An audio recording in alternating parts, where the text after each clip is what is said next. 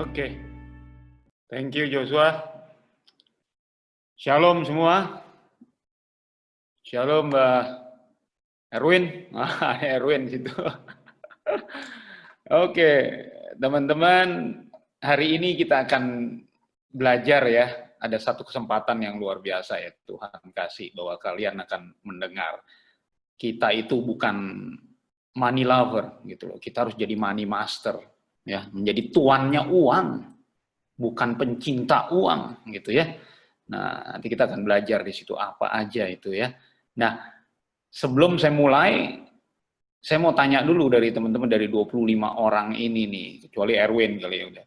Siapa di sini yang usaha, yang sudah cari uang lah misalnya gitu. Siapa? Tunjuk tangan. Ada banyak nggak? Saya mau tahu. Oke. Sisanya masih menikmati uang gitu dari orang tua ya. Gitu ya. Oke, teman-teman. Malam hari ini apapun kalian ya, mau udah cari uang kayak mau menikmati uang, tapi yang penting di sini kita akan belajar satu prinsip bahwa kita harus jadi pengelola keuangannya Tuhan. Ya. Menjadi pengelola. Kalau pengelola itu kita jadi tuannya uang. Nah, saya nggak berpanjang-panjang, tadi udah introduction juga udah dijelasin sama Joshua. Sekarang saya akan sharing screen pakai PowerPoint. Kita akan masuk ya materinya. Boleh saya di unlock sharing screen-nya? Bisa ya? Bentar ya.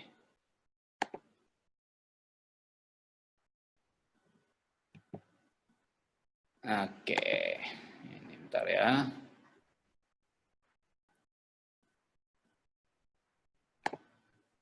Oke, jadilah money master, bukan money lover. Nah, sebelum kita mulai, saya mau ajak teman-teman untuk ngelihat dulu nih ya, teman-teman nih.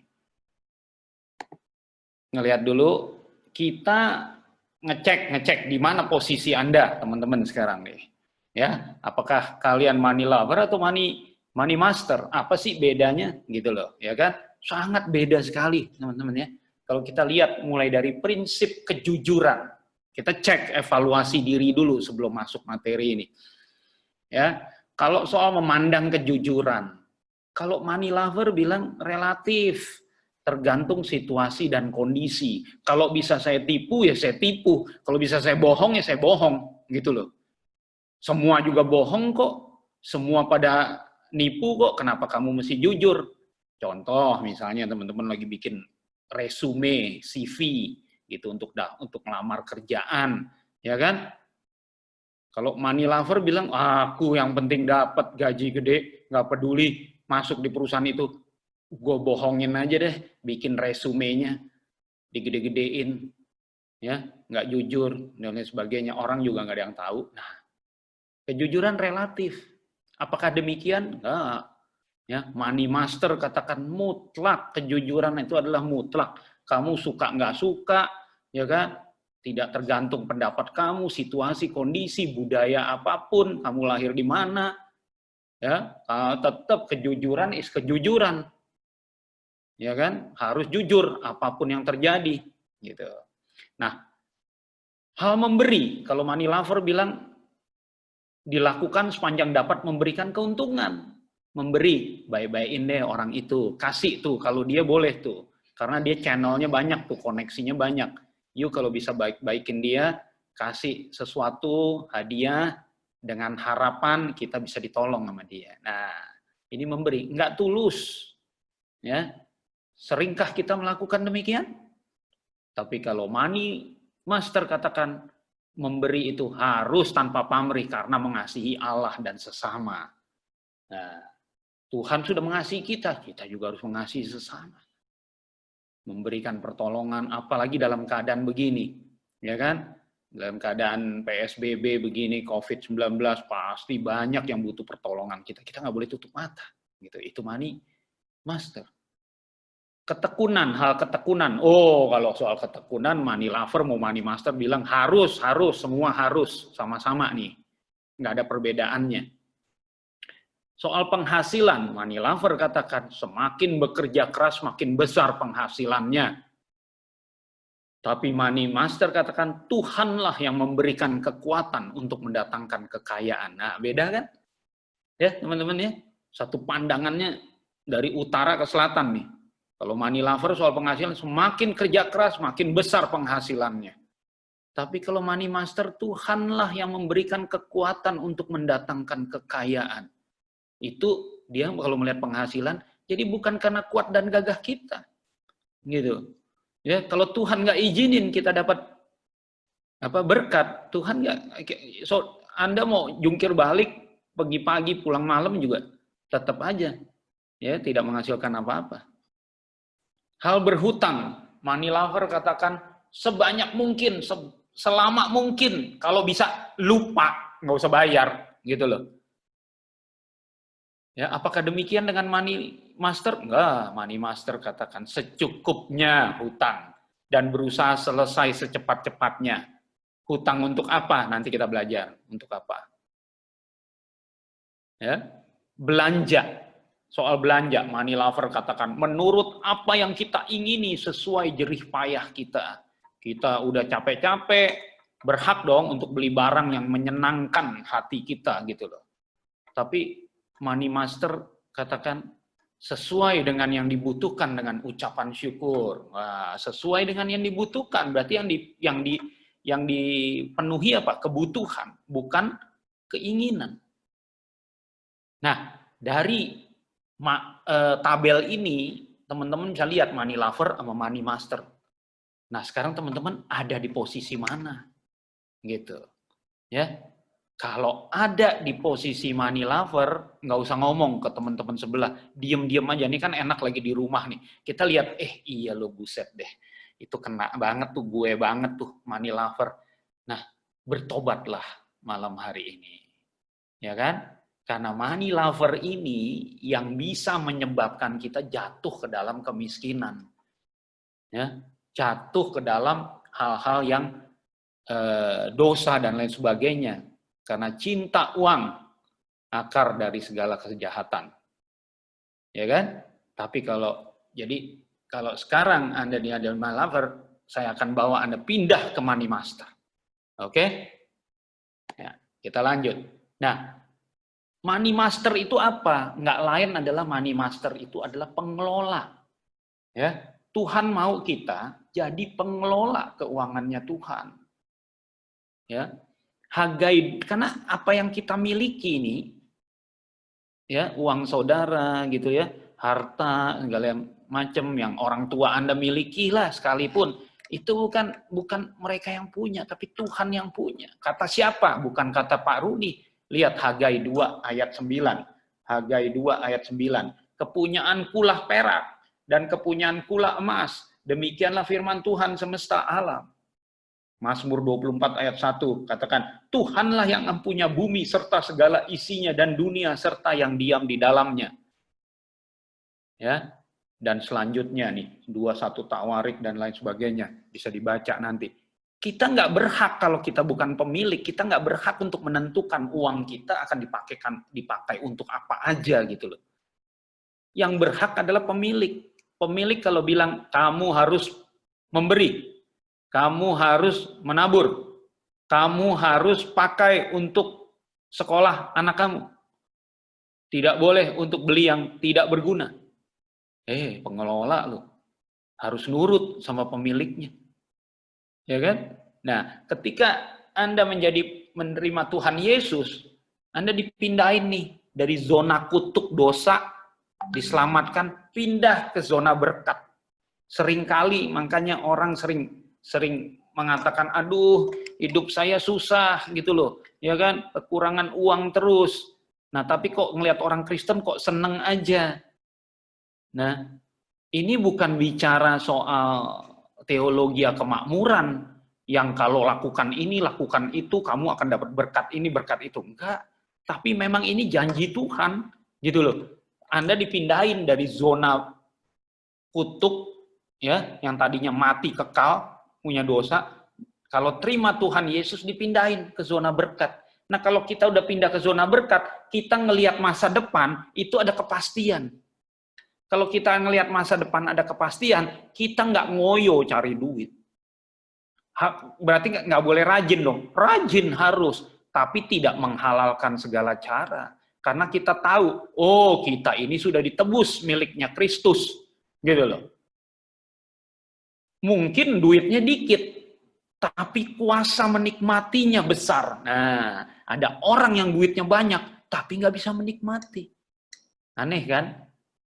Nah, dengan keadaan yang kayak gitu, kalau saudara sukacita ada di zona berkat ini, menyenangkan Tuhan, masa Tuhan Bapa di surga nggak akan bukakan tingkap-tingkap langit, akan memberkati saudara?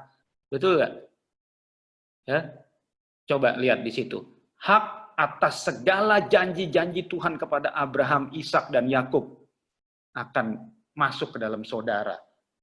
Galatia 3 ayat 29 di situ katakan, dan jikalau kamu adalah milik Kristus, maka kamu juga adalah keturunan Abraham dan berhak menerima janji Allah. Kita ini milik Kristus menjadi keturunan Abraham ya, secara rohani. Nah, Efesus 3 ayat 20 katakan, bagi dialah yang dapat melakukan jauh lebih banyak daripada yang kita doakan atau pikirkan, sehingga seperti yang ternyata dari kuasa yang bekerja di dalam kita. Selain saudara menerima janji-janji yang dijanjikan kepada Abraham, Ishak dan Yakub, ya, Tuhan bekerja ya lebih daripada yang saudara, yang teman-teman bisa pikirkan. Waduh, dalam keadaan susah begini, COVID, kok bisa aja ya dapat. Nih orang-orang Kristen nih kesaksiannya banyak, kok bisa aja dapat pekerjaan. Nah, bingung nggak saudara? Ya, saya bisa ngomong begini karena saya menghidupi firman ini. Dan saya jalanin, wah bener. Jadi nggak bisa dibilang apa ya, kamu hitung-hitungan nih menyembah Tuhan untuk dapetin berkat. Bukan. Saya nyembah Tuhan, saya bersyukur bahwa saya dipindahkan dari zona berkat, dari zona kutuk yang tadinya mati kekal, saya dapat keselamatan kekal. Aduh, saya sukacita sekali. Saya udah nggak mikirin tuh, saya sukacita sekali. Saya pokoknya ingin menyenangkan Tuhan. Gitu. Saya udah nggak, apa yang saya kerjakan itu saya bawaannya untuk menyenangkan Tuhan. Nah, dengan demikian orang ngelihat kita nggak bete. Kalau orang ngelihat kita nggak bete, ada sukacita, bawaannya pengen berkatin kita. Kayak gitu. Itu terjadi, saudara. Oke, jadi kita jangan mengejar kekayaan, tapi kejarlah kepercayaan dari pemiliknya. Nah, pemiliknya kalau nggak percaya sama Anda, yang mengelola tidak sesuai dengan keinginan pemiliknya, nggak bisa. Ya, dia ambil lagi gitu loh. Saya pernah punya pembantu rumah tangga gitu ya, masih milenial, dia baik gitu loh. Saya seneng sama dia dan kita janjikan sekeluarga, menjanjikan dia kalau nanti itu kita akan sekolahkan lagi, kita akan enakin lah gitu ya. Nah, kita akan berkati dia. Nah, satu ketika kita pergi ke luar kota sekeluarga. Nah, begitu itu rumah saya serahkan kepada dia. Tiba-tiba pulang dari luar kota, anak saya lihat, papi, lihat nih, hebat nih si Mbak Siti foto di dalam mobil kita. Waduh, masuk di Facebooknya. Wah, kaget, kok bisa? Wah, ada lagi nih, Pi. Wah, dia foto pakai baju mami, gitu. Wah, dia pakai barang-barang mami, gitu loh. Wah, dia masuk ke daerah-daerah yang tidak kita otoritaskan kepada dia. Saya pemilik, dia pengelola. Lunturlah kepercayaan kita. Akhirnya kita nggak jadi sekolahin dia malu, dia minta pulang gitu loh. Nah, kira-kira begitulah saudara. Ya, kita sama Tuhan. Kalau kita bisa terus menjaga kepercayaannya Tuhan yang berikan kepada kita untuk mengelola sesuai keinginannya Tuhan, kita akan diberikan, akan dipercayakan terus, lebih lagi. Setia sama perkara kecil, Tuhan akan berikan perkara besar. Amin.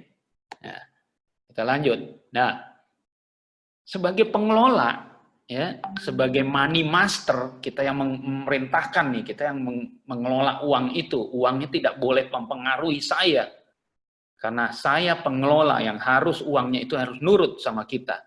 Ya, itu berbeda dengan seorang kasir. Ya, saya pernah kedatangan ada seorang yang bilang, "Pak Rudi, saya udah ngelola uang ya dengan baik. Bagaimana cara mengelola kamu?" Ini saya colok ATM saya, cet, ada uang masuk, uang keluar, uang masuk, uang keluar. Oh, saya bilang itu kasir. Ya, malam hari ini teman-teman ya harus jadi pengelola. Ya, sebagai money master harus bisa mengelola dengan baik, pengelola. Pengelola beda dengan kasir. Kalau kita pergi ke bakmi GM gitu misalnya ya. Terus kalian tanya gitu sama kasirnya bakmi GM. Kasir, apakah harga ayam bakal naik selama COVID-19 gini? Wah, nggak tahu ya.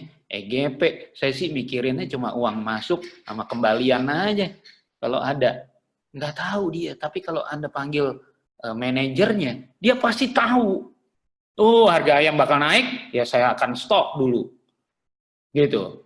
Oh, harga kendaraan lagi jatuh nih, murah. Saya beli dulu sekarang untuk operasional, misalnya, bisnis. Dia tahu pengelola. Saya harus bikin budget, anggaran berapa. Karyawan nggak boleh lebih dari sekian. Oh, uang jajan saya harus saya tentukan.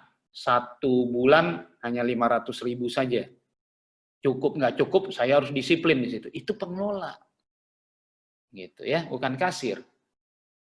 Nah, penuh dengan tanggung jawab kalau pengelola. Nah, di mana kita bisa belajar tentang mengelola itu sebenarnya ya, penguasaan diri itu ada di Alkitab.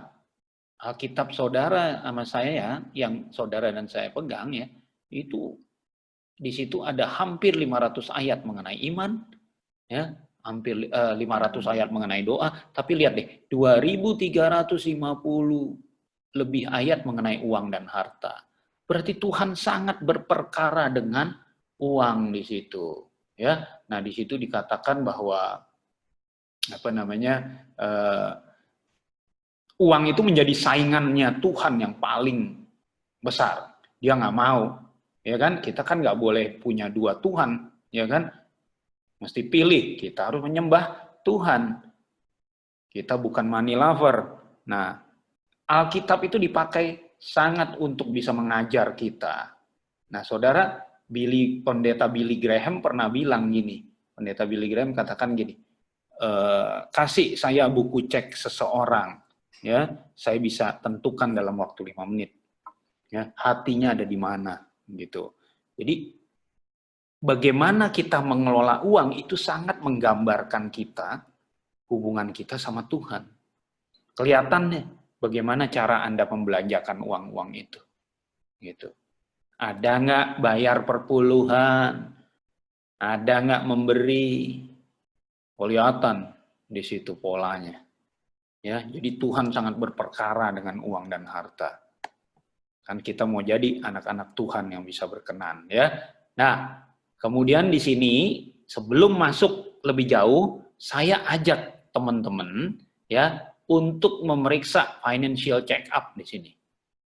Tahu nggak teman-teman, kalau badan kita aja perlu dilakukan check up kan, supaya ketahuan apakah kolesterolnya tinggi apa enggak, trigliseridnya tinggi apa enggak, gitu loh. Nah, itu buat nentuin sehat apa enggak. Nah, di sini keuangan juga begitu. Ya, saya kasih beberapa tips. Nah, ini teknik dari financial planning, dari Financial Planning Standard Board Indonesia gitu, FPSB. Nah, di sini financial check up yang dibutuhkan ada 2 item. Ya, yang satu neraca posisi kekayaan, yang nomor 2 arus kas. Ya, saya percaya yang hadir malam hari ini kan tadi sebagian setengah sudah dewasa keuangan, setengah masih anak-anak keuangan gitu loh. Artinya apa? Ini kita harus belajar di sini. Kelak untuk yang anak-anak keuangan, kalian begitu besar, kalian harus bikin laporan pajak. Laporan pajak itu harus bayar pajak kan kalau bisa punya penghasilan, ya. Ini harus bikin 2 hal ini, neraca dan arus kas. Neraca itu apa sih gitu ya? Itu kita difoto saat ini, kita difoto, cekrek kekayaan kita ada di mana gitu loh. Ini nomor satu nih, ya neraca keuangan keluarga itu kita difoto ya tentang kekayaan bukan kekayaan tentang posisi keuangan kita gitu. Cekrek. Nah, itu hartanya berapa sih? Harta itu apa sih? Ada uang tunai nggak? Sebelah kiri nih harta nih, lihat nggak? Harta. Ya, sebelah kanan tuh hutang dan yang bawah kekayaan bersih. Nah, rumusnya sebelah kanan nih, teman-teman yang gede nih. Ya, total harta ya sama dengan total hutang tambah kekayaan bersih. Artinya gini yuk. Kalau total harta di sini lihat deh, 420 juta, betul nggak 420 juta ya? Nah, 420 juta sama dengan pasti ada hutangnya apa enggak gitu loh. Ada hutangnya apa enggak gitu. Kalau ada hutang di sini 200 juta hutangnya total hutang. Oh, berarti ditambah 220. Berarti total hutang 200 ditambah total kekayaan bersih 220 sama 420. Itulah total harta. Artinya gini, kita nggak mungkin punya harta nih, punya sesuatu duit ada di tangan kita, sumbernya itu datangnya dari mana? Kalau nggak dari utang, ya dari kekayaan kita sendiri gitu loh, hasil kita sendiri. Kalau nggak ada kekayaan bersihnya, berarti isinya utang semua gitu. Nah, orang naik turun mobil mewah, punya rumah gede, teman-teman nggak pernah bisa bilang nih orang kaya, miskin atau apa. Ntar dulu sampai di ronsen dilihat dulu nih laporan keuangannya gini nih, neracanya. Baru ketahuan kegedean utang apa kegedean kekayaan bersihnya. Gitu ya, yang hijaunya itu. Nah, di sini lihat total harta ini teman-teman harus bisa. Ini awal dari bisa mengelola uang, kita mesti tahu dulu potret diri kita, keuangan kita gimana. Ini misalnya per tanggal 31 Desember 2009 ya. Ada uang tunai ini ada satu neraca dari sebuah keluarga. Bukan saya punya, bukan. Pernah ada. Nah, ini uang tunainya 5 juta. Tabungannya 80 juta. Ya. Ada yang nanya gini, kalau yang saya belum menghasilkan, Pak Rudi, saya masih kuliah, belum kerja, masih dapat income dari orang tua, ya nggak apa-apa. Apakah punya beginian? Bisa juga punya.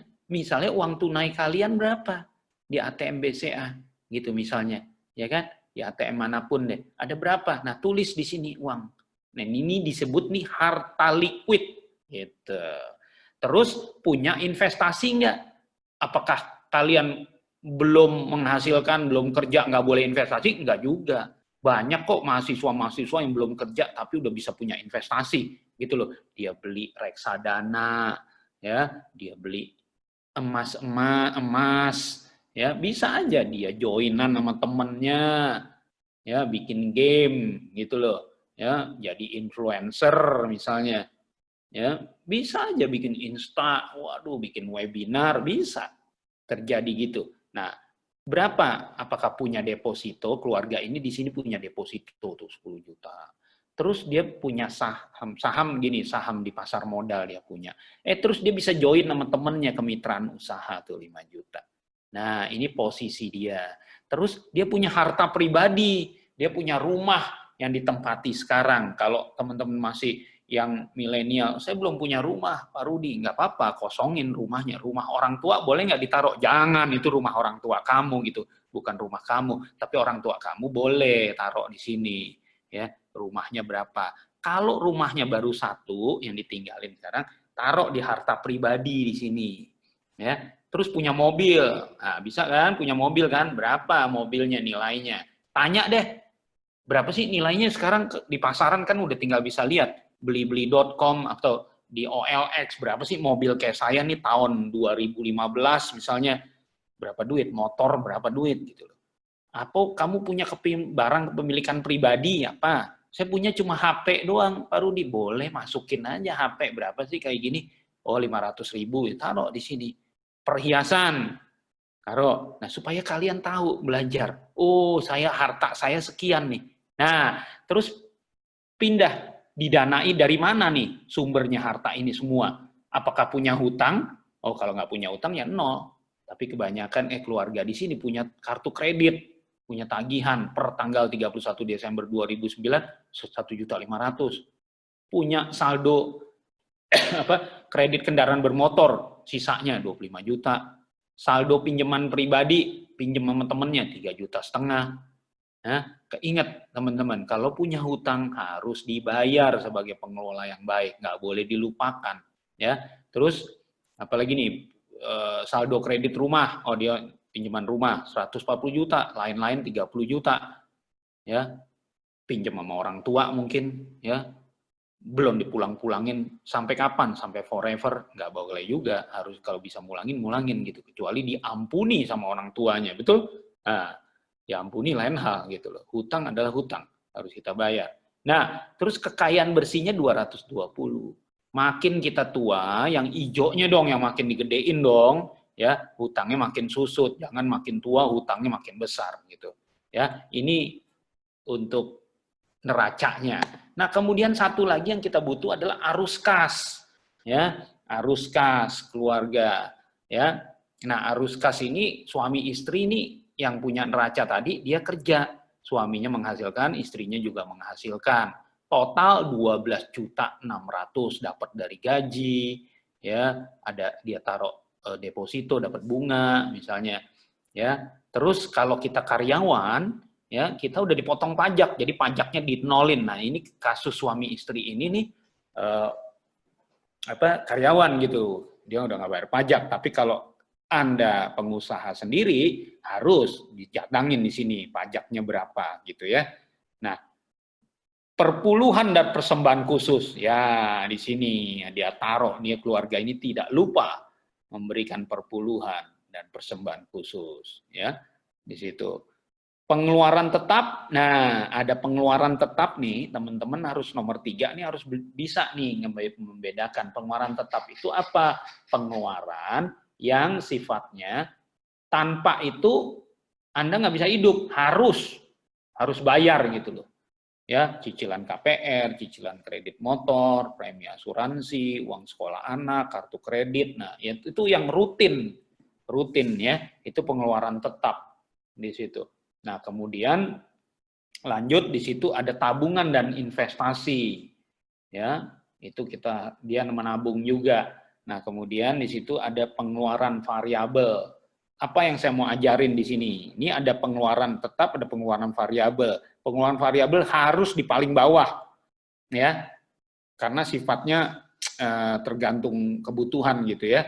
Pakaian, kebutuhan rumah tangga, ya, di luar makanan, yang termasuk makanan, liburan, transportasi, dan lain-lain. Nah, ini semua nomor 5 ini kan, ini adalah apa yang pengeluaran variabel? Tergantung dari kita ngelolanya, betul? Nah, ada orang sekarang yang lagi PSBB begini, selama COVID, itu ternyata pengeluaran variabelnya gede banget, bisa lebih besar daripada nggak ada COVID. Kenapa? Wah, orang ini nggak bisa menguasai gitu loh. Ya, dia bawaannya untuk menyenangkan diri itu dia harus belanja gitu. Belanja apa aja, bahkan hal-hal yang tidak berguna dibelanjain demi menyenangkan, mengisi kebosanannya gitu loh. Nah, ini bisa menjadi bengkak. Hati-hati dengan keadaan sekarang nih. Nomor 5 bisa jadi bengkak pengeluaran variabel. Padahal ini bahaya. Nah, kalau menurut FPSB, usahakan ya di sini nih pengeluaran variabel ini hanya maksimum 15% aja. Kecuali makanan ya, kalau saudara mau makanan yang ini. Yang lain-lain itu 15% aja cukup dari income. Tapi kalau nggak bisa, baru kalau saya punya lebih, nggak apa-apa. Cuma kita lagi menjagai maksimum segitu. Kenapa? Supaya orang-orang yang income-nya pas, dia tidak kejebak dalam hutang yang akhirnya merongrong dan memiskinkan mereka. Nah, kalau teman-teman lihat di situ, betapa harus rincinya kayak begini, ya. Dan kita banyak yang tidak pernah lakukan itu. Wajar dong banyak yang kejebak di salah kelola uang, gitu loh. Terus nyalain, oh ini salah Tuhan nih, Tuhan jahat nggak berkati saya, atau dibilang waduh ini ada apa dosa yang tersembunyi sampai nggak diberkati. Bukan masalah itu, ya dia masalahnya adalah nggak bisa mengelolanya di bagian sini.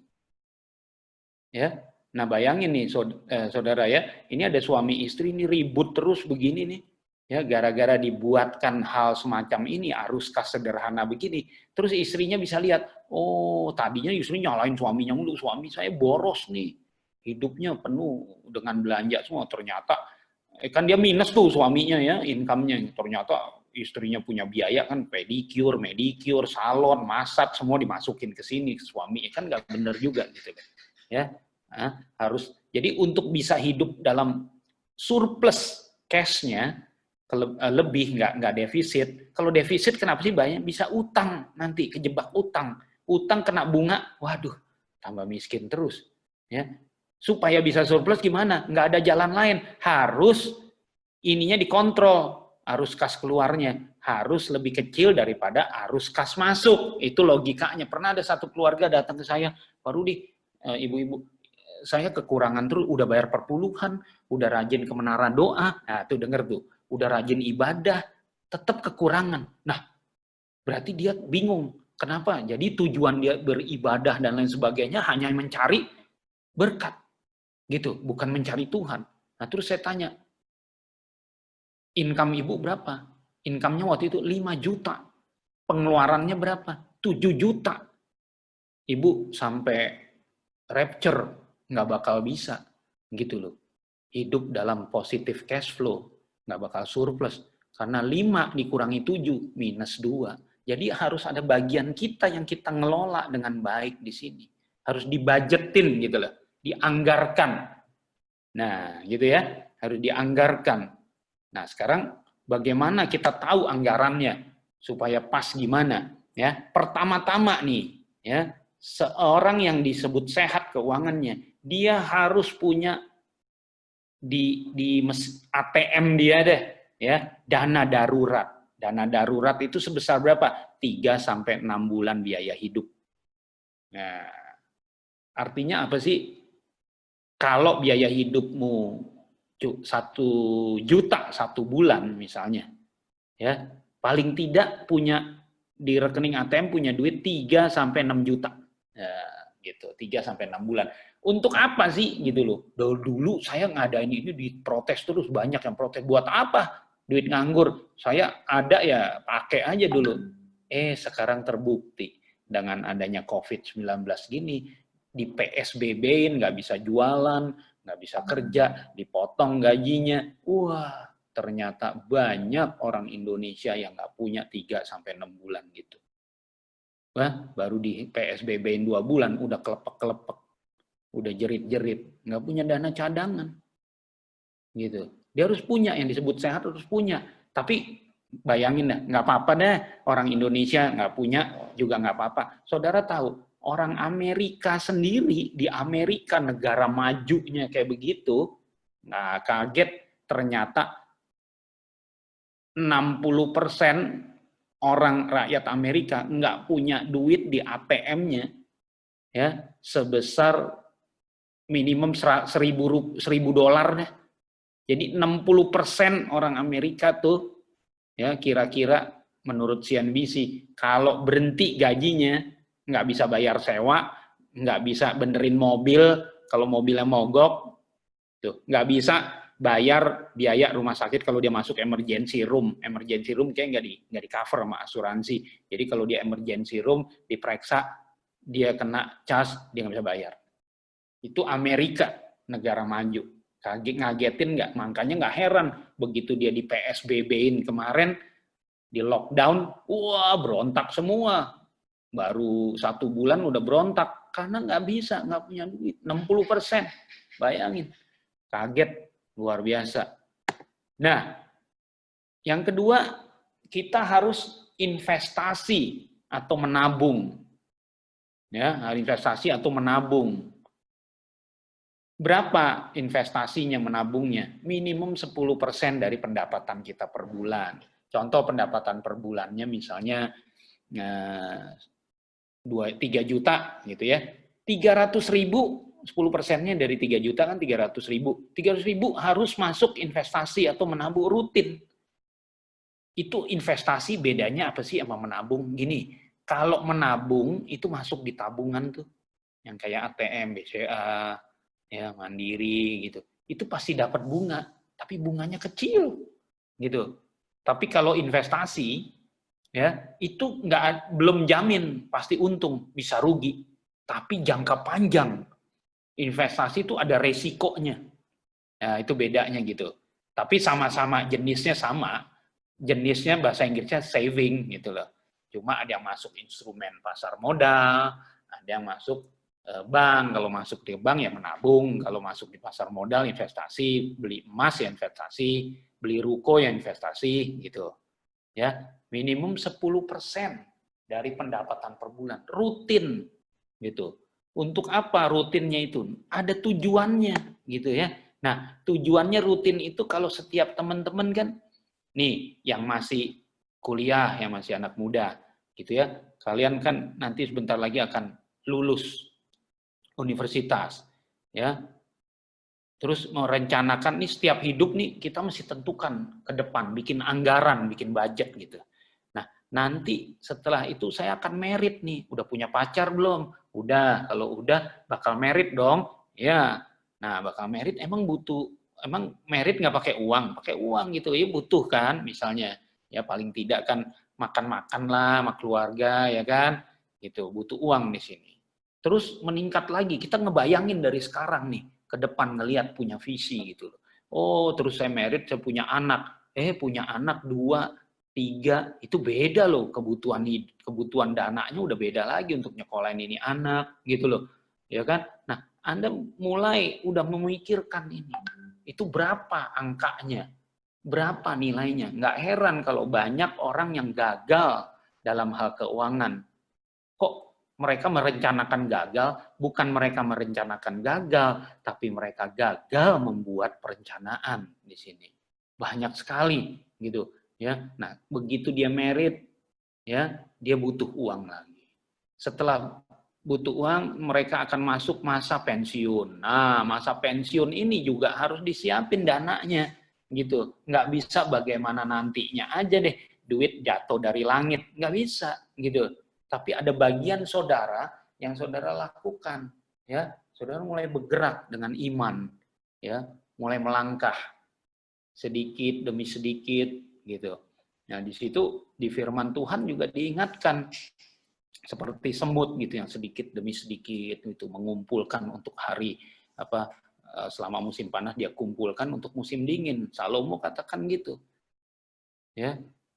Tuhan Yesus juga katakan kalau kamu ingin mendirikan sebuah menara, kamu hendaknya duduk dulu gitu. Dia kasih perumpamaan, duduk hitung-hitung dulu. Jangan sampai nanti orang diketawakan. Dia mengimani prinsip itu. Gitu. Berarti emang harus ada perencanaannya seperti ini. Gitu. Bagaimana hari tua kita nantinya? Ya, kita harus punya dana untuk itu. Nah, saya kasih tahu gini. Jadi teman-teman harus melakukan apa? Investasi ke depan harus direncanakan, bikin anggaran, ya, bikin anggaran ini seperti langkah profetik, langkah iman gitu. Kita melangkah, saya mau menuju di sana. Tuhan akan berjalan bersama saudara, bukan karena kekuatanmu yang akan menghasilkan kekayaan itu semua, tapi berkat Tuhanlah yang menjadikan kita kaya, gitu, ya. Nanti pintu demi pintu akan dibukakan, saudara akan jalan di situ. Nah, saya kasih tahu investasi lebih awal lebih baik untuk yang anak-anak muda. Begini nih, ya. Ada 2 orang namanya Miki dan Roni, ya. Miki umur 25, ya, Miki mulai menabung di sini. Dia memikirkan masa depan. Iuran per tahunnya tabungannya Rp1.000 di bawah, ya, dengan suku bunga 10%, gitu. Nah, terus ditabung selama 5 tahun dari umur 25 ke 30, kan dia sudah nyicil berapa tabungannya, iurannya, sudah 5.000. Tapi lihat deh, saldonya bukan 5.000, tapi 6.105 gitu. Ya kan? Dari sini menjadi saldo awal lagi, dia tabung lagi 1.000 lagi sampai umur 35 iurannya udah 10.000. Tapi lihat saldonya udah berapa? Udah 15.937 gitu ya. dia mulai lagi. Jadi saldonya di sininya 10.000, di sini 15.900. Beda nggak? Teman-teman, beda ya. Karena kenapa? Ada bunga. Nah, bunganya ini ngegulung, bunga berbunga terus. Nah, temannya si Roni umur 35, dia mulai sadar, mulai ikut acara money master, bukan money lover gitu. Wah, dia mulai menabung, ikut-ikutan ya. Setelah umur 45 dia punya 10.000, sama si Roni pada waktu umur 35 punya 15.000. Nah, terus dia tabung. Nah, saudara bisa lihat, teman-teman bisa lihat di sini. Saya mau tunjukin grafiknya. Ya, perbandingannya nih ya. Kalau dia menabung lebih awal ya, seperti si Miki ya dari umur 25. Lihat deh yang garis merah itu. Dia naiknya bukan tegak lurus, garisnya bukan lurus, tapi melenting. Semakin belakang, semakin umur 55, makin tinggi dia melentingnya. Pengumpulan uangnya makin menggulung, bunga berbunga gitu loh. Ya, tapi si Roni, lihat, umur 55 baru sampai di sini. Terus Roni bilang, Mik, saya juga mau dong punya uang seperti kamu. Too late, kamu udah tua gitu loh. Ya, waktunya udah habis ya. Jadi yang di sini yang saya mau ajarin, menabung lebih awal lebih baik gitu. Oke, menabung lebih awal lebih baik. Nah, tabungan yang tadi saya katakan adalah di sini nih tabungan nih ya. Sebelah kiri adalah makin ke atas makin resiko tinggi, makin ke kanan makin keuntungannya tinggi. Oh ya, di dalam dunia investasi ngatur uang ya, di situ makin tinggi resikonya, makin tinggi keuntungannya. Lihat tabungan, resikonya kecil, ada di bank. Ya, kalau banknya mau dilikuidasi segala, tinggal ke BCA, tinggal ambilin aja uangnya. Kecil. Sekarang bunganya cuma berapa? Cuma 1% mungkin bunga tabungan, kecil sekali gitu ya. Nah, terus ada lagi deposito SBR nih. Ini SBR nih anak milenial kebanyakan investasi di sini nih. Ini produk bagus sekali, baru gitu ya. SBR namanya, saya lupa namanya tuh. Ini dikeluarkan oleh Departemen Keuangan. Ini bagus sekali. Bunganya dia stabil, lurus, terus bisa dicairin gitu loh. Ini banyak yang masuk ke sini. Belinya sama bank. Anda bisa pergi ke bank Mandiri, bank BNI gitu ya, tanya saya mau beli SBR gitu. Ya, terus naik lagi ada obligasi, ada lagi reksadana, ada lagi saham, ada lagi lain-lain. Artinya makin tinggi keuntungannya, makin tinggi resikonya. Lihat saham, lebih tinggi nggak resikonya dari si tabungan? Yes, gitu. Dia saham bisa untung, bisa rugi, gitu. Ya, bisa berfluktuasi. Kalau pegangnya jangka pendek, waduh bahaya sekali gitu. Ya, kalau tabungan jangka pendek nggak apa-apa, tapi kalau saham jangka pendek bahaya, harus jangka panjang gitu. Makin tinggi keuntungan, makin tinggi resikonya. Nggak ada tuh investasi yang makin keuntungannya besar, resikonya makin kecil. Nggak ada. Gitu. Oke? Nah, kemudian tadi udah investasi kan, saya jelasin. Nah, sekarang orang yang disebut sehat juga keuangannya, dia harus bisa nyicil utangnya, nggak boleh macet. Nah, berapa cicilan utangnya? Bisa bayar utang, kalau ditagih utangnya datang, dia bisa bayar. Maksimum 35% aja dari pendapatan per bulan. Gitu ya. Jadi misalnya pendapatan per bulannya 10 juta, kita nyicil utang tuh nggak boleh lebih dari 3,5 juta. Udah gitu aja. Kalau pendapatannya 10 juta, kita nyicil utang nggak boleh lebih dari 3,5 juta. Nyicil utang untuk macam-macam tuh dalamnya. Ya, ada kendaraan bermotor mungkin, ada mobil, ada rumah, nah, terserah gitu. Kredit card nggak boleh lebih. Kalau lebih berarti Anda nggak sehat. Meskipun lancar, Pak Rudi, tapi saya bayar kok, lancar betul, tapi bahaya kamu. Gitu.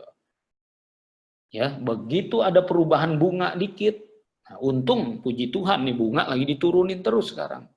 Kalau dia naik, waduh, dalam keadaan begini, bahaya. Gitu kalau orang yang lebih dari 35%. Ini secara survei sudah dilihat gitu.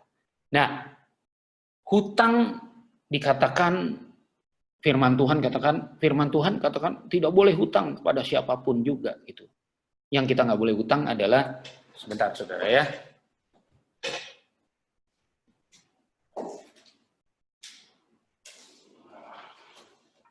Baterai saya lowbat. Ya. Yang dikatakan firman Tuhan nggak boleh hutang tuh artinya gini. Kalau jatuh tempo hutangnya, saudara harus bayar. Gitu.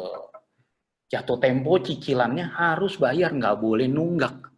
Nah, tapi ada hutang-hutang yang harus dihindari, yang bahaya, nggak ada gunanya. Yaitu hutang kredit card untuk konsumtif, untuk makan, untuk biaya nonton, segala macam, untuk jalan-jalan. Nah, itu bahaya. Masa jalan-jalan harus ngutang gitu. Nah, itu karena nggak jadi harta gitu loh. Utangnya itu dipakai nggak jadi sesuatu aset yang nilainya bisa naik. Ya, terus hutang kredit tanpa agunan, ini bahaya nih, bunganya tinggi, kelihatannya gampang tanpa agunan.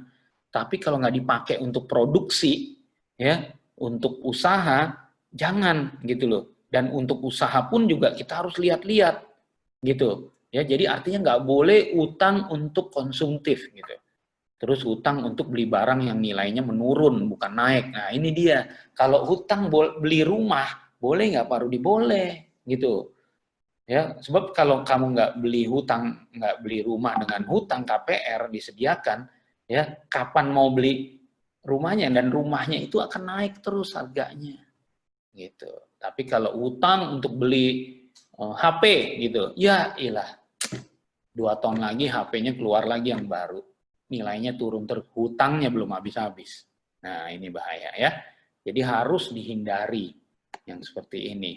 Nah, kemudian di sini prinsip yang paling penting sebagai pengelola, kita harus mengembalikan bagiannya Tuhan. Ini saya harus ingetin di sini ya.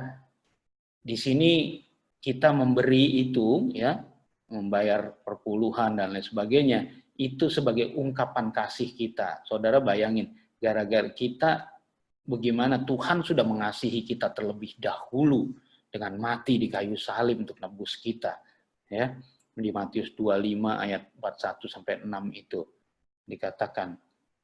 Nah, ungkapan kasih, bahwa ungkapan kasih itu di Matius 25 ayat 41 46 di sini, kalau engkau bisa memberi saudaramu, menolong saudaramu seiman, ya, atau siapa saja manusia yang saudara bisa tolong, itu sudah menolong, sudah menyenangkan hati Tuhan. Nah, kemudian penyembahan kepada Tuhan, kita memberi sebagai bentuk penyembahan kita kepada Tuhan. Tak seorang pun dapat mengabdi kepada dua tuan, karena jika demikian, maka ia akan membenci yang seorang dan mengasihi yang lain. Kamu tidak bisa ya mengabdi kepada Allah dan kepada Mamon. Dua-dua nggak bisa, mesti pilih kita kepada Tuhan. Dengan kita bisa memberi, itu kita membawa persembahan. Ya, kita bisa mempersembahkan. Kenapa? Karena kita menyukuri Tuhan, Engkau sudah selamatkan aku, memberi aku keselamatan kekal, dosaku yang dulu sudah diampuni, sungguh luar biasa Tuhan. Itu nggak ada artinya, kita harus memberi. Ya, apalagi perpuluhan, itu bagiannya Tuhan. Nah, kalau saudara lakukan itu, ya, Tuhan janji mendatangkan berkat.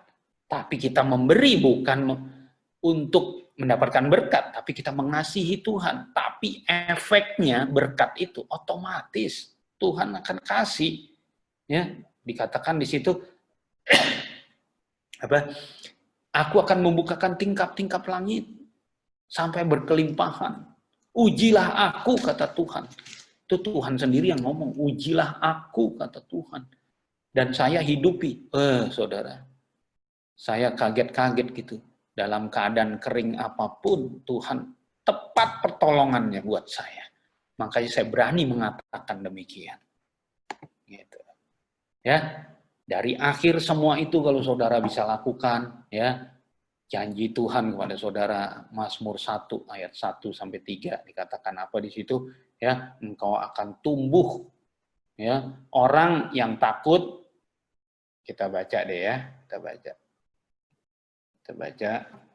Orang Berbahagialah orang yang tidak berjalan menurut nasihat orang fasik, yang tidak berdiri di jalan orang berdosa, dan yang tidak duduk dalam kumpulan pencemooh, tetapi yang kesukaannya ialah Taurat Tuhan, dan yang merenungkan Taurat itu siang dan malam.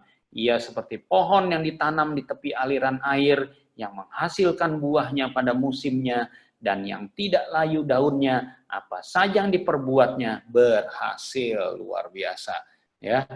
Luar biasa, inilah janji Tuhan atas kita sebagai pengelola-pengelola keuangannya Tuhan yang bisa dipercaya. Kita bukan money lover, tapi harus jadi money master. Kita yang atur uang itu. Oke, sampai di sini, saudara.